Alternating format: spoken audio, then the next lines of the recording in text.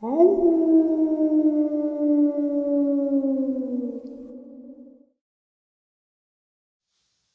and salutations, everyone, and welcome to today's bonus upload. Before we jump on into it, a couple quick links.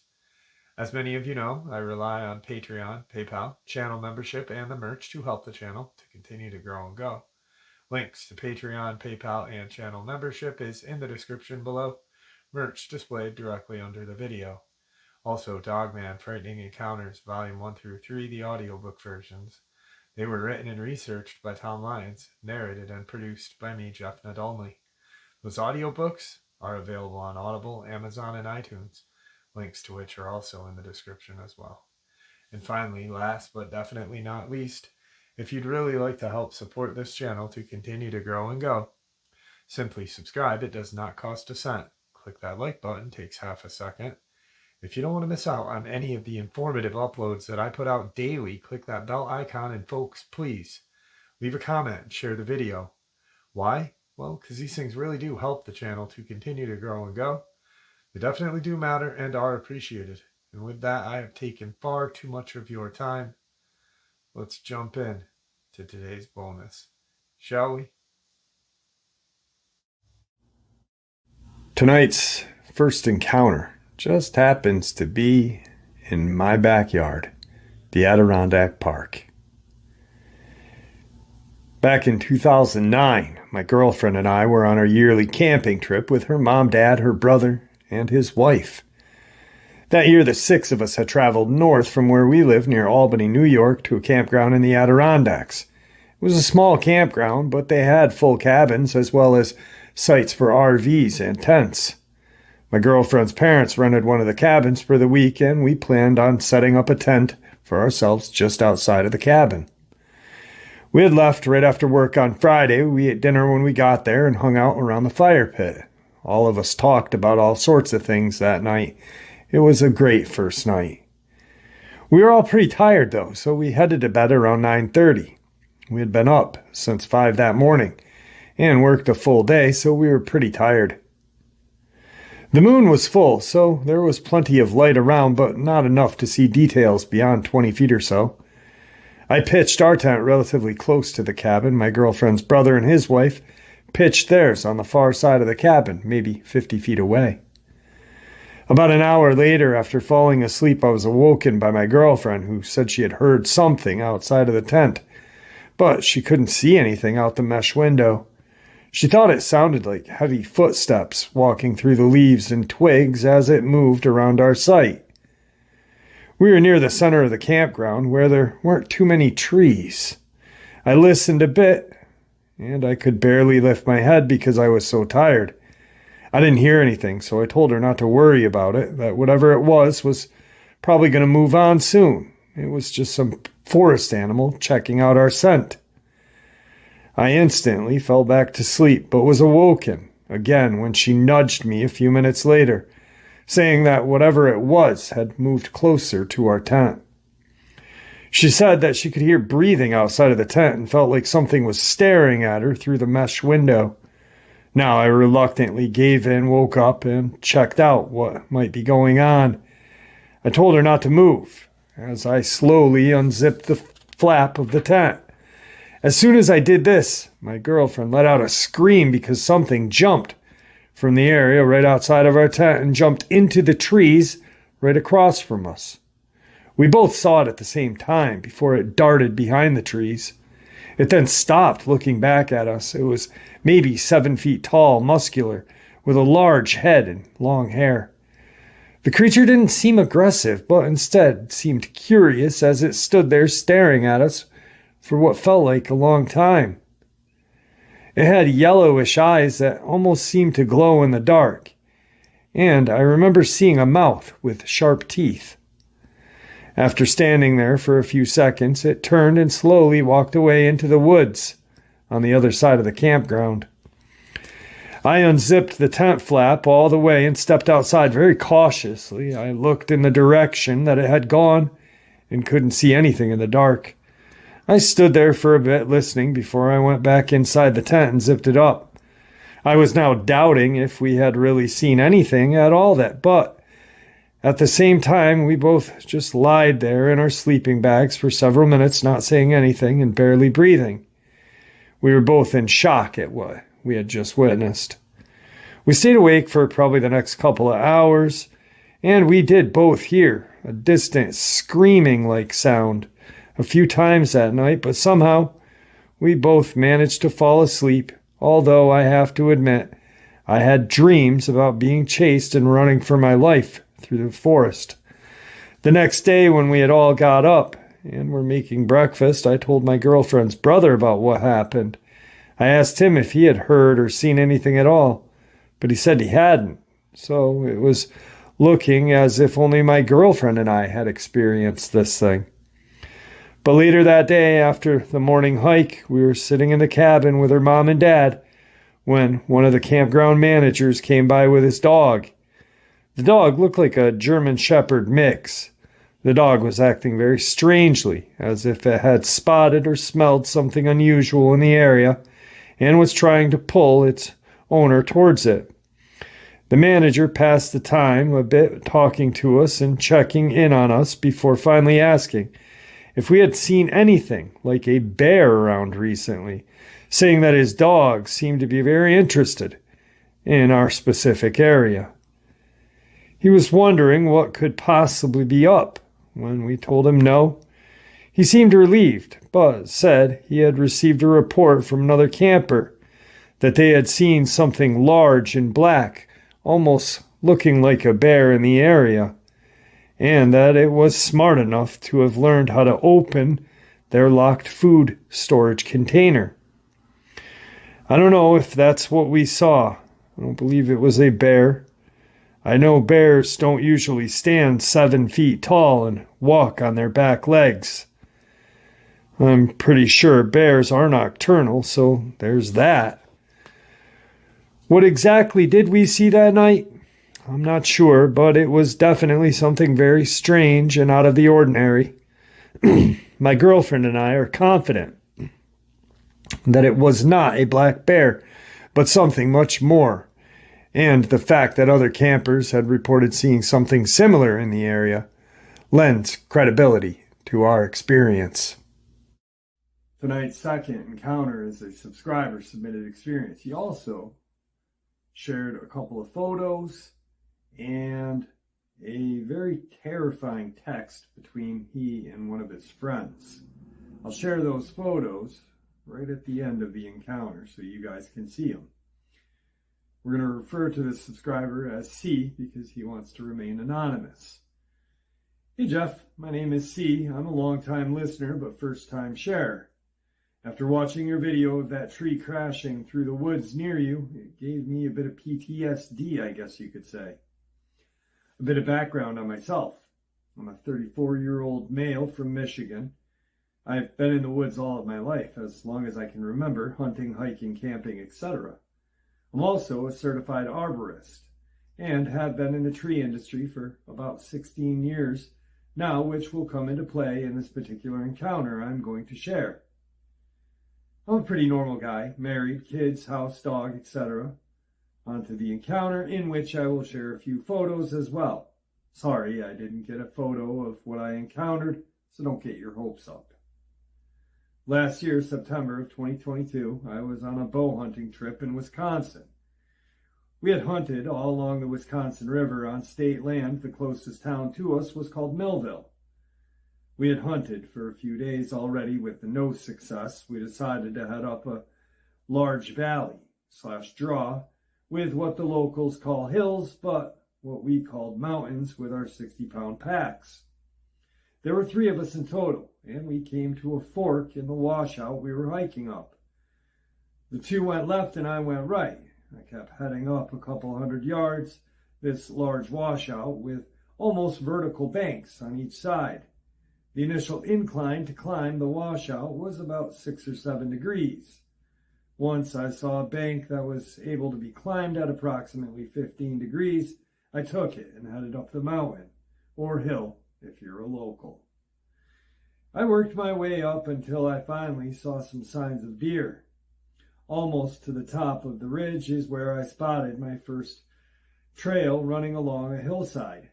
I walked past it to see if there was another trail or another sign, and sure enough, there was about 30 yards from the first. I decided I was going to set up between the two and split the difference. The second trail was about where the hill started to level off a bit. Not exactly flat, but not what I had just climbed up. The weather that whole week was great. This particular day it was the mid-60s and almost zero wind.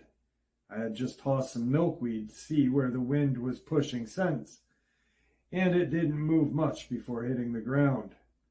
I had decided to drop my pack and my bow and walk a bit up or down the upper trail to see what direction it was heading, and to know about where to be looking for deer to come out of the brush. The area I had stopped in was a bit thicker with underbrush, so visibility wasn't very far at all. As I walked down the trail, I noticed a very apparent tree that was bent over and lodged into another tree, which I will send pictures of.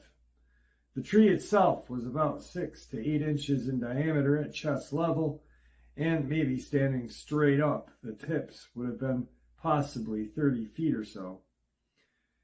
In the pictures, you can see that it was purposely wedged into another tree directly over the game trail I was walking on.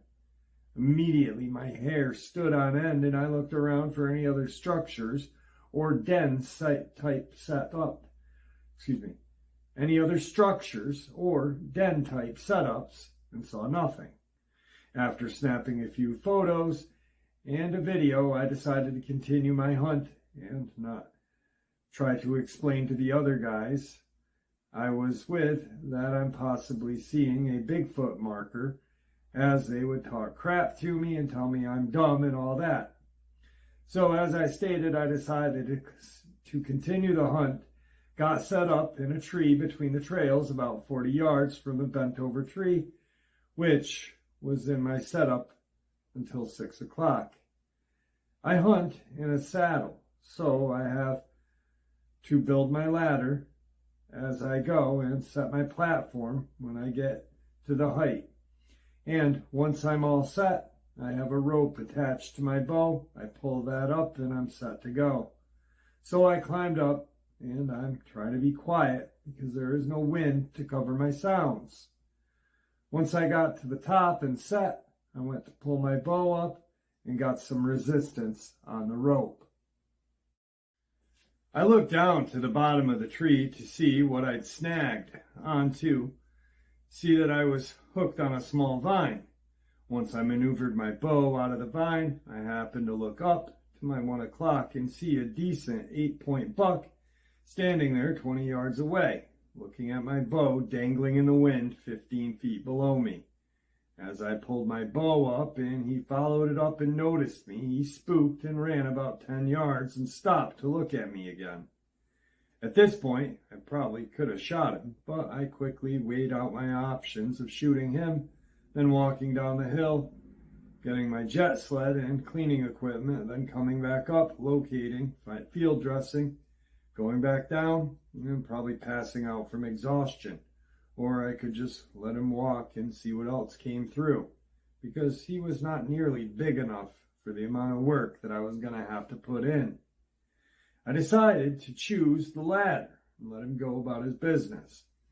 As he kept looking at me and decided I was definitely a human in a tree, he blew at me.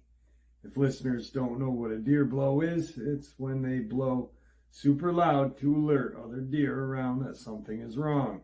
So as soon as he blows, he takes off running to my 12 o'clock along a ridge, and I lose sight pretty quick due to the brush being thick. I keep watching in that direction to see through a small hole in the foliage about 30 yards away, a flash of him hightailing it out of there. I keep an eye on that opening, and I get a text from one of the other guys that he heard the blow. I text him back and tell him that it was me getting busted. As soon as I sent the text to him, I looked through that small opening where I saw him running through to see if that buck had decided to come back. When I look back through, I see a tree getting pushed down the hill at a good force. This tree conservatively was 18 inches in diameter, maybe 20 inches. I say it was pushed with force because of the way it fell. If it were a natural fall, it would have affected the other trees around it, slowing down. This seemed to take a very fast, direct route to the ground. When the tree went over, I immediately got spooked and started really listening to any movement for anything. That's when I noticed there were no sounds in the woods. No bird, no bug, just the vibration of my phone of one of the other guys saying WTF was that. I told him what just happened and tried to explain what I thought it was. In my panic, to my surprise, I wasn't mocked or anything. I made the decision to sit the rest of the evening hunt until dark. As you can imagine, the climb down from that tree and a solo walk down that hill and washout was pretty eerie. I had my hand on my fixed blade knife the whole time. I decided not to use a bright headlamp so as to not ruin my night vision, which just added to the eerie feeling. Although I never saw the creature that day, I really think I was dealing with a Sasquatch. The trail marker, tree lodged into the other one, was not a natural occurrence. As you can see in the pictures, there was not another tree that had fallen onto it and pinned it down. This seemed to be purposely done. As for the tree getting hurled over a 90 seconds of the deer passing, I think it was a Sasquatch being the watcher of the forest and letting me know it was there because I had spooked the deer. Could it have been a coincidence? Quite possibly, but it seems very unlikely with the timing of all of it, as well as the beautiful weather and almost zero wind. I will include the screenshot of the text as well with timestamps of where the other two were in relation to me and how loud the tree falling was for them to hear at a couple hundred yards away through the woods. At the time of the incident, I never smelled anything as the thermals were pulling down the hill and not in my direction. The rest of the trip went without incident, thankfully, but I was still looking around a lot more after this. I have multiple photos attached to this. I will try to include a video as well, but I may have to send it separately. You can see in the photos of the tree that it is purposely wedged into the crotch and that there is nothing on the ground around it that had seemed to fall and force it into that spot. I will also include a screenshot of the messages and timestamps so you were able to see how quick this all took place, from the deer running and then the tree. I also have a picture from our hunting app we were using, and where the other two set in relation to me, the distance between us when we heard that tree crash. I appreciate your time, Jeff, and what you do. All right, here's those texts with time stamped. This happened on September 24th, 2022. First text, 4:51. Just heard one blowing. He responds at 4:53. Yeah, it was the buck that walked in on me pulling my bow up, a little 1.5-year-old. Response, 4:54.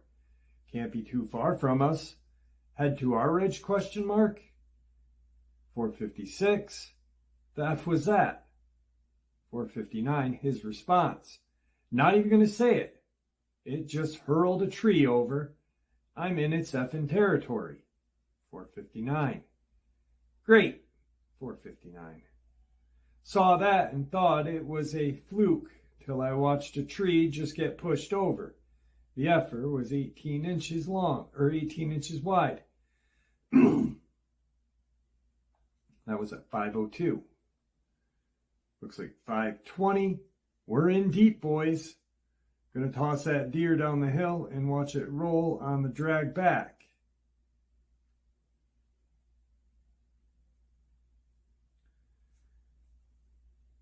Here are those photos.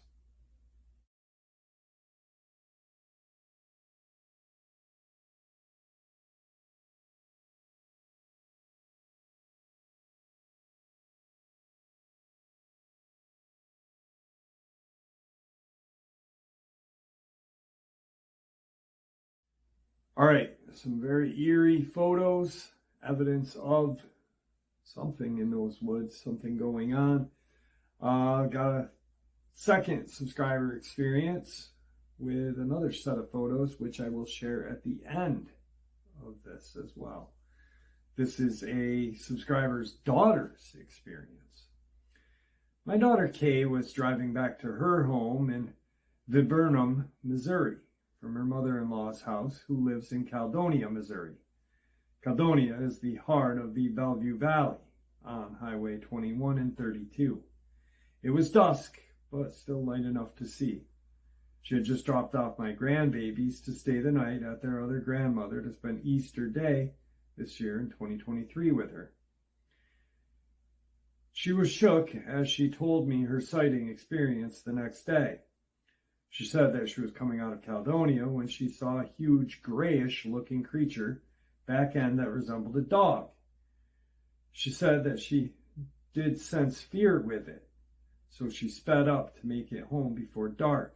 Well, a month later, my daughter and the grandbabies, 10, 8, and 3, had been having terrifying experiences. First, starting sensing something bad outside the wood line of their home.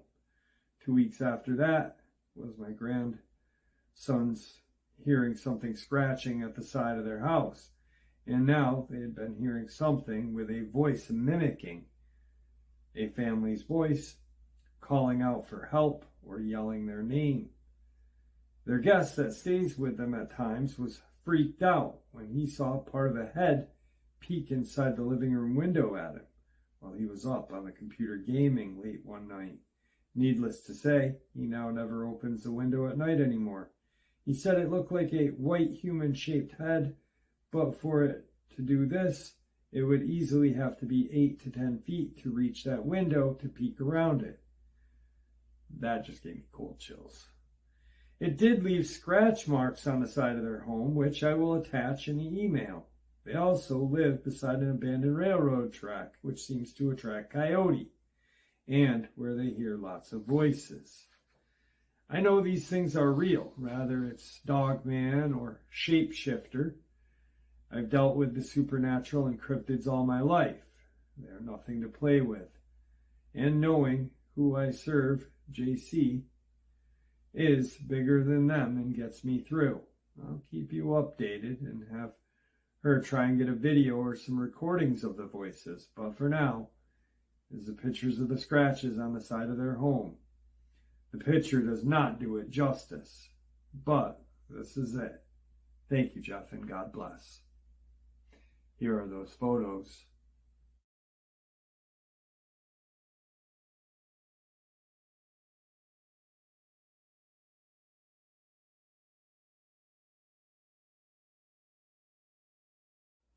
All right, so you can see the scratch marks. Like she said, it doesn't give it justice, but that was just an absolute chilling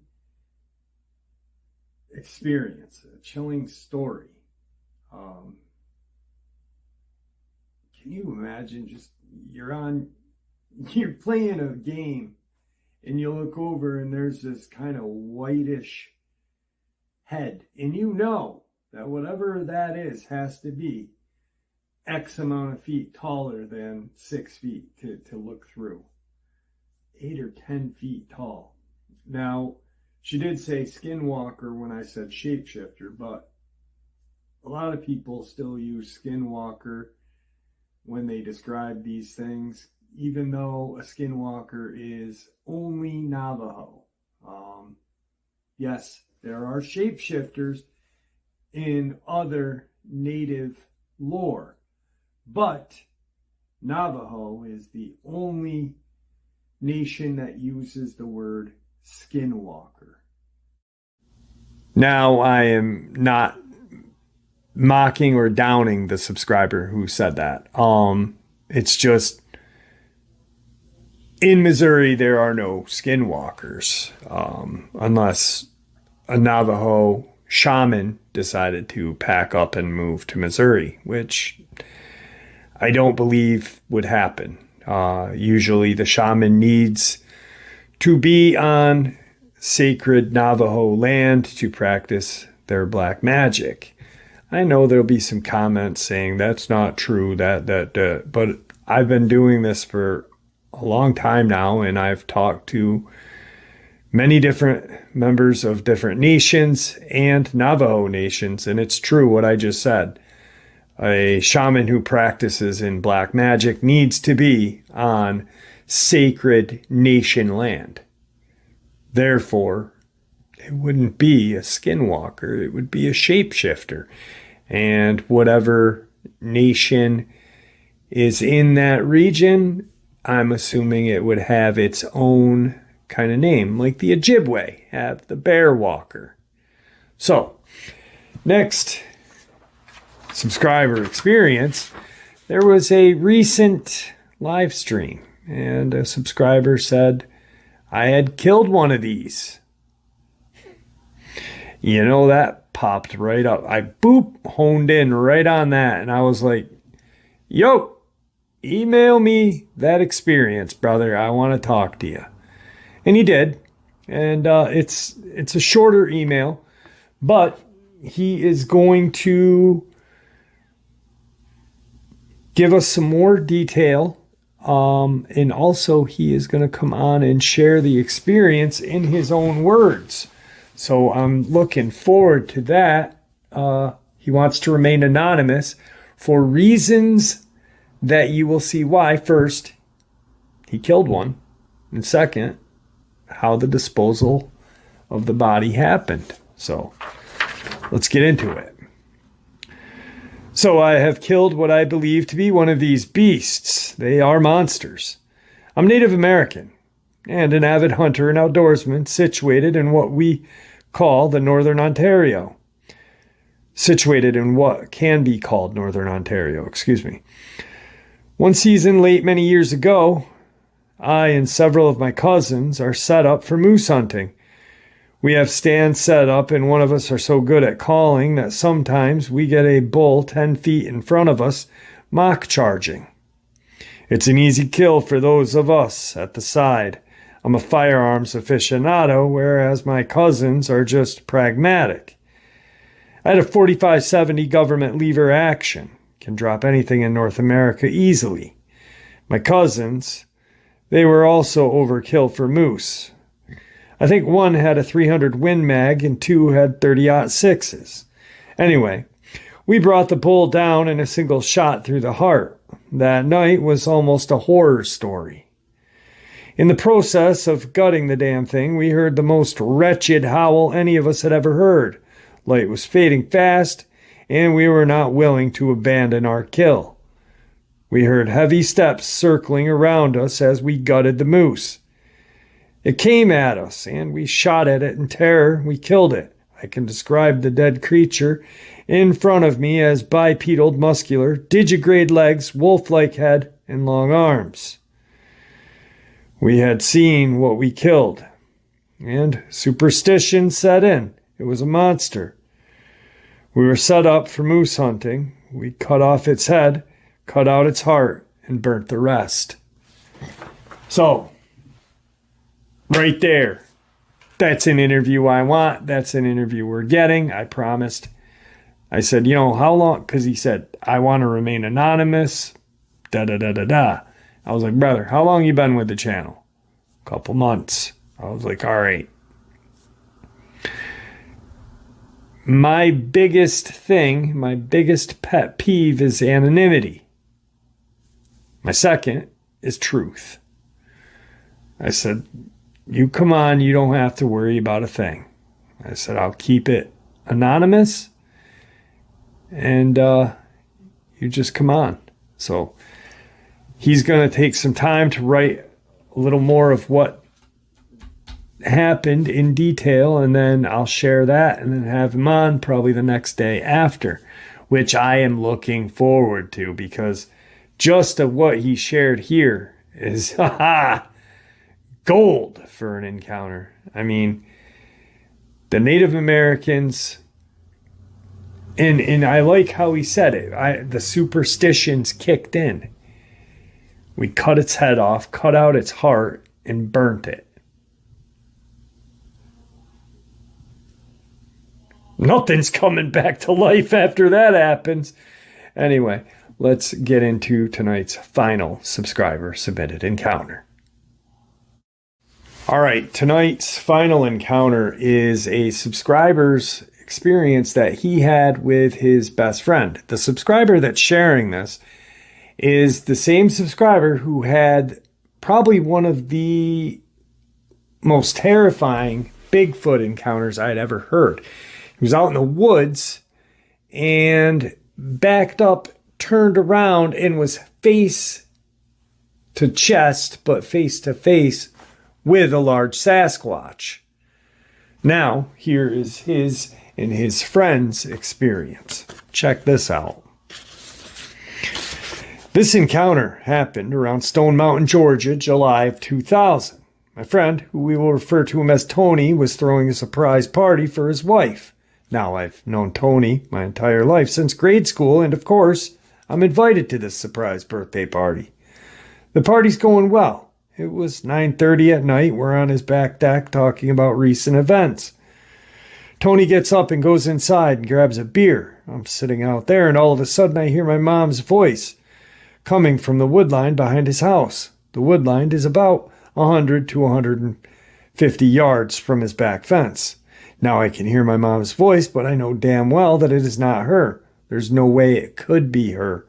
My mom, my dad, and my little sister all moved to Germany after my dad was transferred there to teach combat communications, so I know it wasn't her. Tony steps back out onto the porch with a beer, saw the look in my eyes, and asked what was wrong. I told him I could hear my mom's voice coming from the woodline, and he immediately asked me to point in the direction of where I was hearing the voice. He ran back into the house and grabbed a flashlight. After he comes back out with the flashlight, he starts shining it all around the woodline. All we can see is movement and a very large silhouette, at least 7 to 8 feet in height. At that moment, we are both freaked out and go inside. He asked me to keep it. He asked me to keep what just to myself. He then proceeds to pull me into his garage and tells me that it's not the first time he has heard familiar voices in the woods, and he's actually seen the thing in person at the back fence. Now, where I can only sell the silhouette of the creature, he begins to describe the creature in detail. He said it's at least 7.5 feet, tall legs like a mountain goat, brown hair from the waist down, pale skin, grayish hair around its shoulder, and goat ears with huge horns. He proceeds to tell me, for the last 6 months, this thing has been mimicking voices of his family members that have passed away and is trying to get him to come past his property line. After that, he proceeded to leave. After that, I proceed to leave. I thank them for inviting me to the party and drive back home. Come to find out, a few months later, he sold his home, got a job in Washington State. He and his family moved there and have been there ever since. I did tell him about your channel, Jeff, if he would ever want to get in touch with you and talk to you about his encounter. You are the perfect guy to talk with. I did explain to him that you would keep him completely anonymous, and that if he wished to speak to you, it is completely an anonymous beat.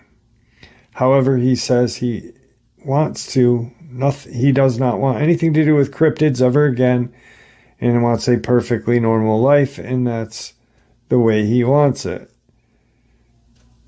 He has no reason to relive the past as long as I didn't reveal his name and old address. He was fine with me telling the experiences. And there you have it, folks. I hope you all enjoyed today's bonus upload as much as I enjoyed sharing it with you.